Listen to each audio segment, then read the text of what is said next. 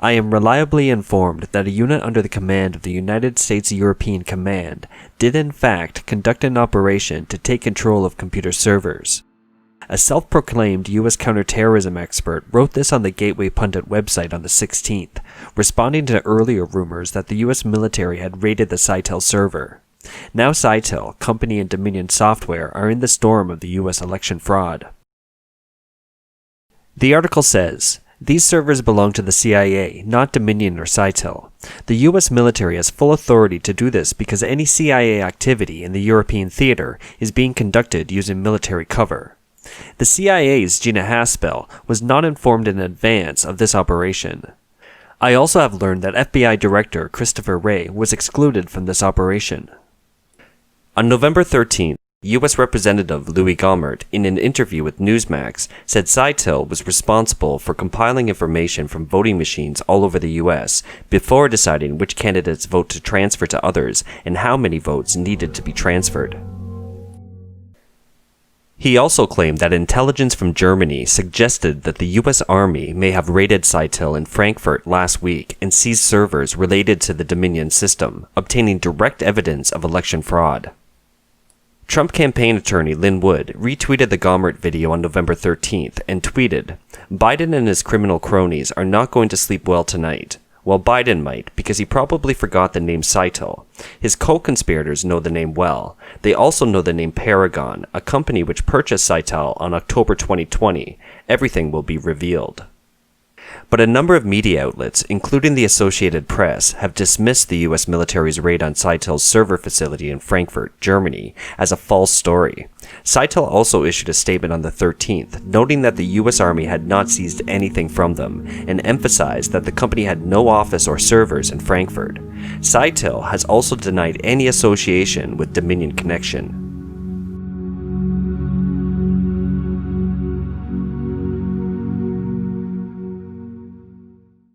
These same media outlets are also refuting the allegations against the Dominion software. The denial is based largely on a statement by the Cybersecurity and Infrastructure Security Agency, part of the U.S. Department of Homeland Security, stating that there is no evidence that any voting system deleted or lost votes, changed votes, or was in any way compromised. This seems to be a sharp contrast to what President Trump tweeted that day. However, Dominion and voting machine company SMARTMATIC are both members of CISA's Election Infrastructure Sector Coordinating Council, SCC, and CISA writes on its website that they have no direct oversight or responsibility for the administration of elections in the U.S., and that this responsibility lies with state and local governments.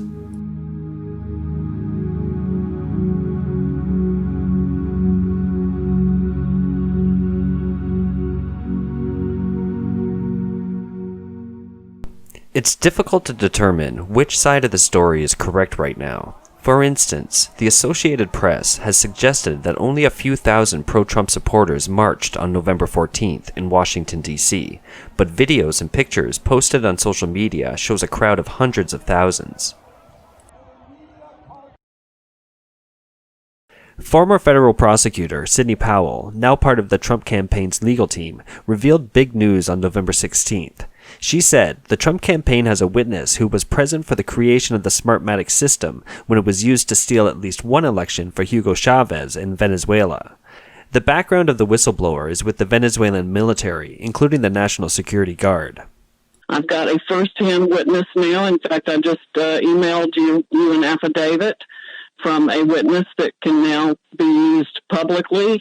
It's redacted in some places, but he was present for the creation of the system for the specific purpose of falsifying election results for Hugo Chavez and then Maduro. They exported it all over Latin America. It's the SMARTMATIC and Dominion system specifically built for doing this very thing, for changing the results of elections. He saw it done. He knows exactly how they do it. He explained how they do it. He's seen it work, and he realized when things were happening the way they were here, particularly when the states that suddenly went down, they stopped counting the votes, that it's because the lead was so great for President Trump that they had to go in and do a separate reset on the machines to make it come out for Biden. In the case of the mysterious Dominion software, If we connect the dots we already have, we should be able to draw some logical inferences. Firstly, headquartered in Toronto, Canada, Dominion currently serves 30 states in the U.S., covering more than 40% of the U.S. voting public, making it the second largest voting machine supplier in the country. In January of this year, Dominion CEO John Polis admitted at a congressional hearing that the system contained Chinese components. I'd like to ask each of you, do you have components in your supply chain that come from either Russia or China? Chairperson, we do not have components that come from Russia. We do have a limited number of components that come from China. What percentage would that be? I can't give you a percentage, but with respect to this issue, the potential for a backdoor threat really doesn't pertain to inert items like a piece of plastic or a piece of metal. What we really should be concerned about are the programmable logic devices. What type of components come from China? Can you tell me the nature of the components? I'll give you one example. Our DS200, which is a precinct level test. Well, no, I don't want examples. I want, do any of your chips, do any of your software, is it just a piece of plastic? In our DS200, we have one of the 9 programmable logic devices that we actually source from a U.S. company based in Milpitas, California, in the heart of Silicon Valley, that produces that programmable logic device in a factory in China. Okay, thank you. It's a feature of the system that was designed with a back door so that people could watch in real time and calculate with an algorithm how many votes they needed to change to make the result they wanted to create. Sidney Powell said she has begun to gather evidence from certain governors and secretaries of state who are profiting from their ownership of Dominion shares, just like what she and her team have been doing for the case of Hunter Biden, and the team is now investigating how the parties and their families were involved in the business and guaranteed their success. She also argued that the election fraud involved a federal felony and a massive criminal investigation is needed. Publicly available information shows that Dominion has deep ties to the Democratic Party, with Democratic leaders Nancy Pelosi, Barack Obama, and Hillary Clinton having interests in the company. California Democratic Senator Dianne Feinstein's husband, Richard Bloom, is a major shareholder in the company, while Pelosi's chief of staff is a key executive at Dominion. William Kennard, executive director of the private equity firm Staple Street Capital, Dominion's parent company, has held key positions in the Clinton and Obama administrations. Biden transition team member Peter Neffenger is also the chairman of the board of directors of SMARTMATIC, the holding company for Dominion. And we're beginning to collect evidence on the financial interests of some of the governors and secretaries of state who actually bought into the Dominion systems. Hunter Biden type graft to line their own pockets by getting a voting machine in that would either make sure their election was successful or they got money for their family from it. President Trump won this election in a landslide. It's going to be irrefutable. We've got statistical evidence that shows hundreds of thousands of votes being just put in and replicated. There needs to be a massive criminal investigation, and it's going to affect the people in the election security part of Department of Homeland Security need to be fired yesterday. They're absolutely ridiculous. Of course, Chris Wray needs to be fired too. In a November 12th interview with Rudy Giuliani, Trump's lawyer, he said that founders of Smartmatic have close ties to Venezuelan dictator Hugo Chavez and current dictator Nicolas Maduro. Dominion software is sourced from Smartmatic, which was established to modify election results. Dominion is a company that's owned by another company called Smartmatic through an intermediary company named Indra. Smartmatic is a company that was formed way back in about 2004, 2003, 2004. You're going to be astonished when I tell you how it was formed. So we're using a foreign company that is owned by Venezuelans who are close to Chavez, are now close to Maduro, have a history. They were founded as a company to fix elections. They have a terrible record. According to public records, the founders of Smartmatic are 3 Venezuelan engineers, and the company was officially incorporated in Delaware in April 2000.